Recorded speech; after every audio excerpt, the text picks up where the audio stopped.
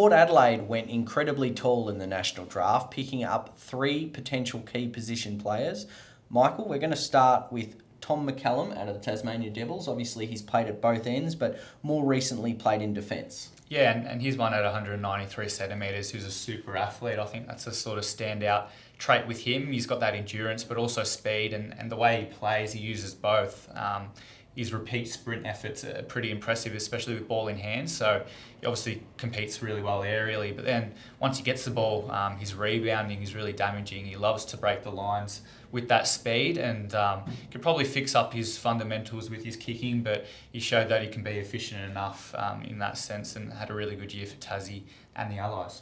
Yeah, and someone who was touted pretty highly at the start of the year and was a slider by the year's end is West Adelaide's Tom Scully, obviously a key forward. Quite a bit taller than McCallum, obviously over the 200 centimetres. What did you make of his selection?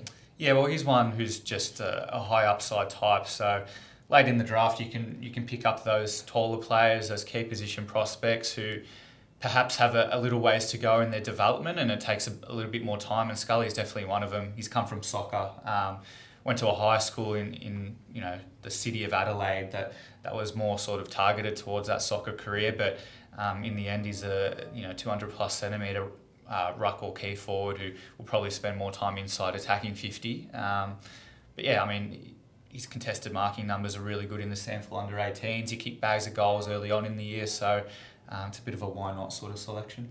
Yeah, and then they went with another South Australian in Kyle Marshall, another defender to join McCallum back there, obviously completing their trio of talls. Absolutely, and another one on high upside. Like, his athleticism's pretty super for a guy his size. He also got the credentials of playing in South Australia's state team and for South Adelaide. So he's another one who could develop really, really strongly. He's got the athleticism, obviously, as I mentioned, to match it with some of the modern day key forwards. So we'll see how he comes on.